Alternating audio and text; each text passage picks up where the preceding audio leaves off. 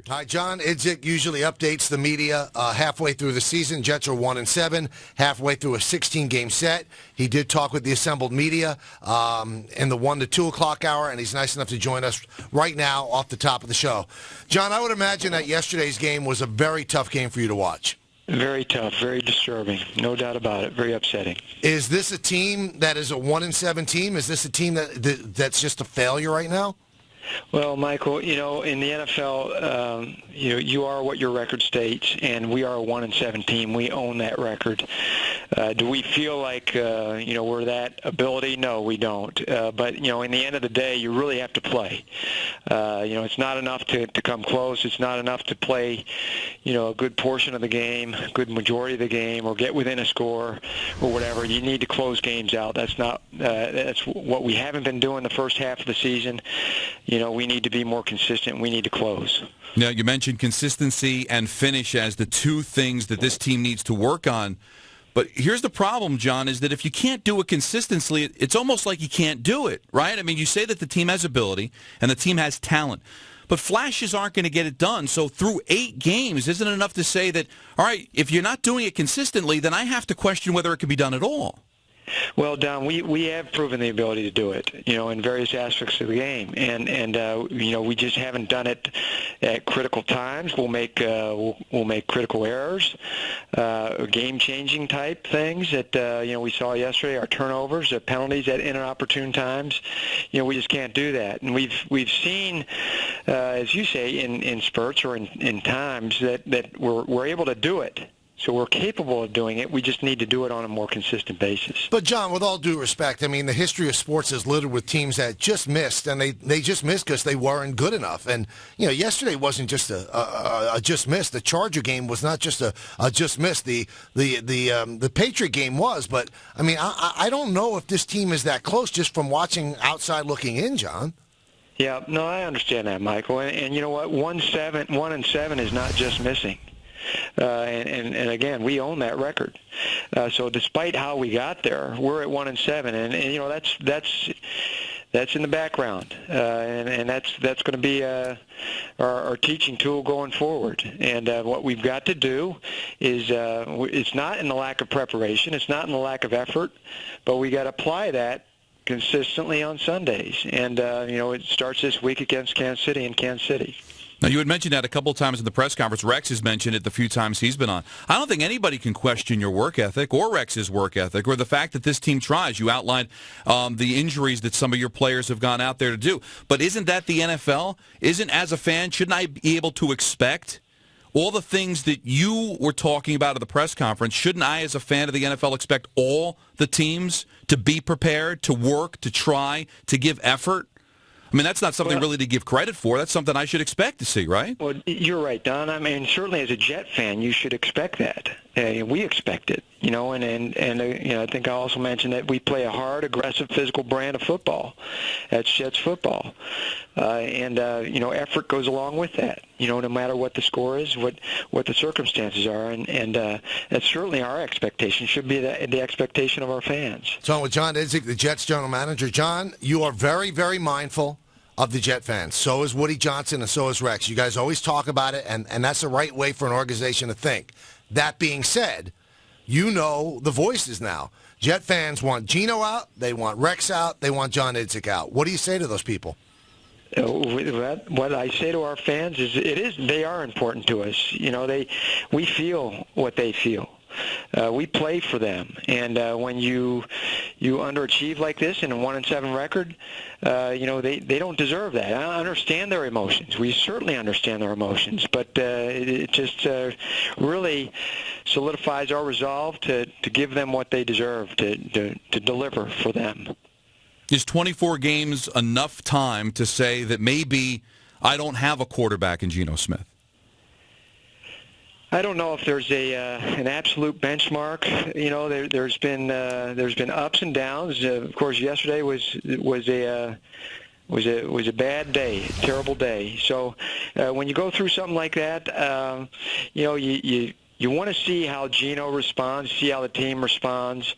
I don't know that there's an absolute number, but certainly we've got enough in his year and a half as our starter to give us a better idea. If Geno's not that guy, John, does your program start again at ground zero? I mean, do you have to restart everything? Because the quarterback in this day and age in football, probably the most important player you have.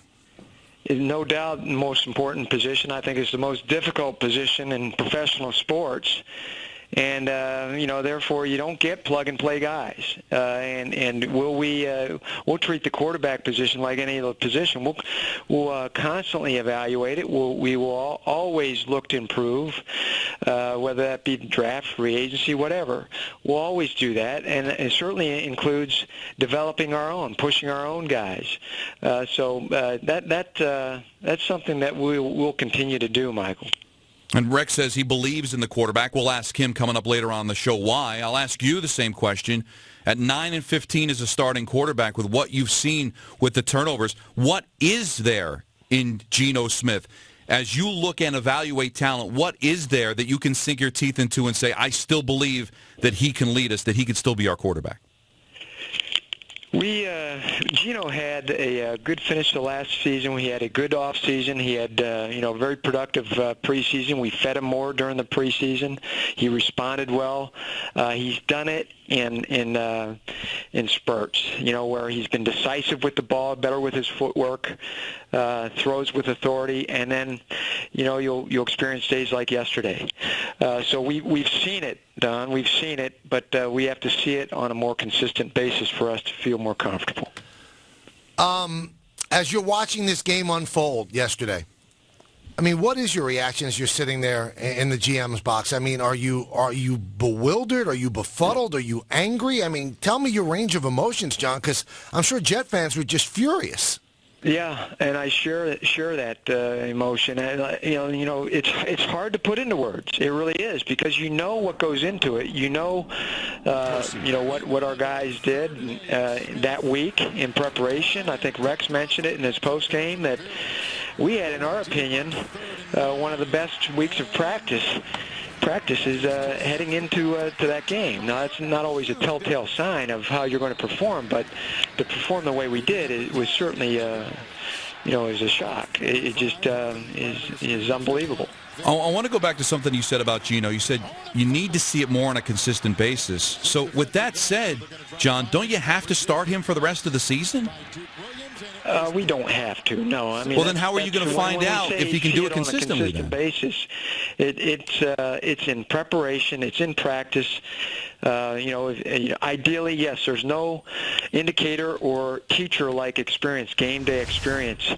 You can only play one. We'll see how that goes. But it's not always, there are several guys that aren't starters that we're trying to develop, that we're taking them through those learning curves, and they don't get time. They don't get time on game days. So it's a myriad of things. But you're right. Most of it is through game experience. John Idzik, Jets general manager, our guest here on the Michael Kay Show. Kay and LaGreca. Is this team 1-7 because of personnel? Did you give Rex a good enough team? When you're 1-7, Michael, I examine everything I do or did, and at this point, none of it's good enough. When you're on a 7-game losing streak, I can't imagine a more difficult time. So I examine everything that I did, and I try to apply that going forward, so that I ask the question. Shoot, every second of every day, it seems, how can I improve this team? What can I do to better this team? All that said, we have confidence in our players. We do.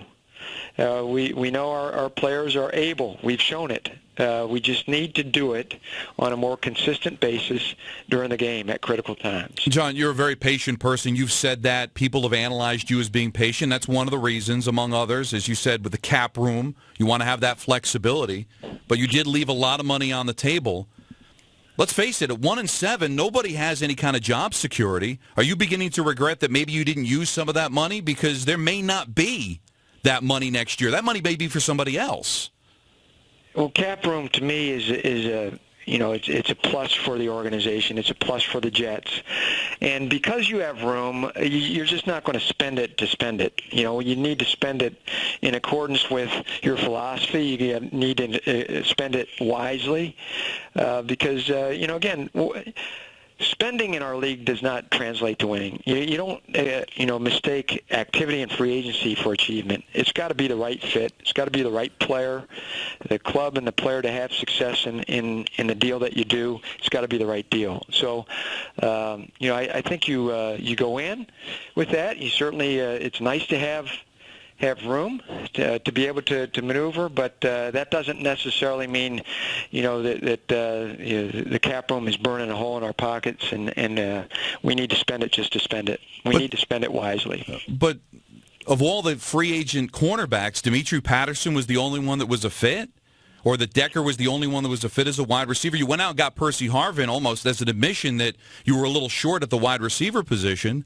So with that money, none of the available free agents were a fit for your team? We investigated a lot of avenues. The ones that we ended up signing and bringing on board were the ones that everyone saw.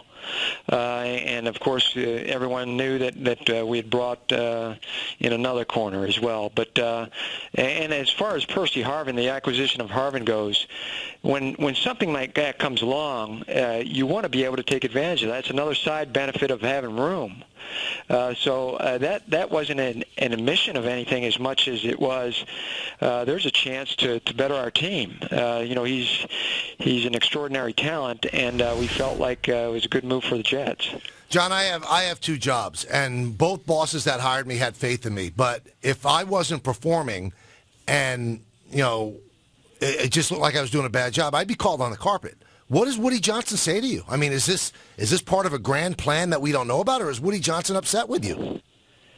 I think we're all upset, Michael. We're all upset, at our record right now, and the way we fix it is we go about the second half of the season. We have 8 games ahead of us, and we play like we know we can play. Do you think your job's in jeopardy? I don't concern myself with that, Michael. I really don't. My focus is purely on the team. Will always be on the team. When John Idzik struggles, when John Idzik needs answers, who's somebody that advises you? Who do you turn to help? Because even though you've been in the league a long time, this is only the second year you've been a general manager of an NFL team. You have an NFL team. Who is somebody that can help you through something like this? Well, I certainly lean on the people within our organization. I trust our folks in our organization. I think we have a fine staff here. Also have several peers throughout the league I've been fortunate enough to work with, and on occasion I'll give them a call, describe circumstances, get their opinions on things. So it's nice to be able, when you've been in the league as long as I have, it's nice to be able to tap into friends and references like that. John, is it awkward when you talk about the staff and you lean on people, whether it's scouts like a Terry Bradway or your head coach Rex Ryan? Is it an awkward situation when, even though you may like and respect those guys, that they weren't your hires? Don't look at it like someone else's hires. My hire, I look at them as New York Jets, and much like players, you come in with players on our roster, and you chart a course, and you gain a feel for those individuals, whether they be staff members, players, whomever. You gain a feel for them, and in doing so, it doesn't really matter if you've had a past history with them or not. They're New York Jets, and you learn to trust them. They're certainly credible by their experience, so you learn to trust them. And as you go through experiences with them, I think that fortifies your faith in them and their credibility. All right, John, I know you have a meeting. One more question before we let you go. There's a general perception out there that this team is being built for another coach, that was always your plan, that if they didn't win this year, you could bring in your guy, that Rex is not your guy. Don just touched on that. Is there any validity to that at all? we do everything. We do everything, guys, for now and going forward. So we don't sacrifice any season. We don't overlook any game. We want to be successful in whatever endeavor we pursue. So certainly as we get into 2014 with Rex Ryan as our head coach, we look to 2014 to win. And all our decisions are geared that way, and not only win in 2014, but win going forward. I can honestly say that. John, I can only imagine what a trying day yesterday and today has been. We thank you for taking the time, and we wish you luck in the rest of the way in the final 8 games. Thank you, Michael and Don. You got it. That's John Idzik, the Jets GM.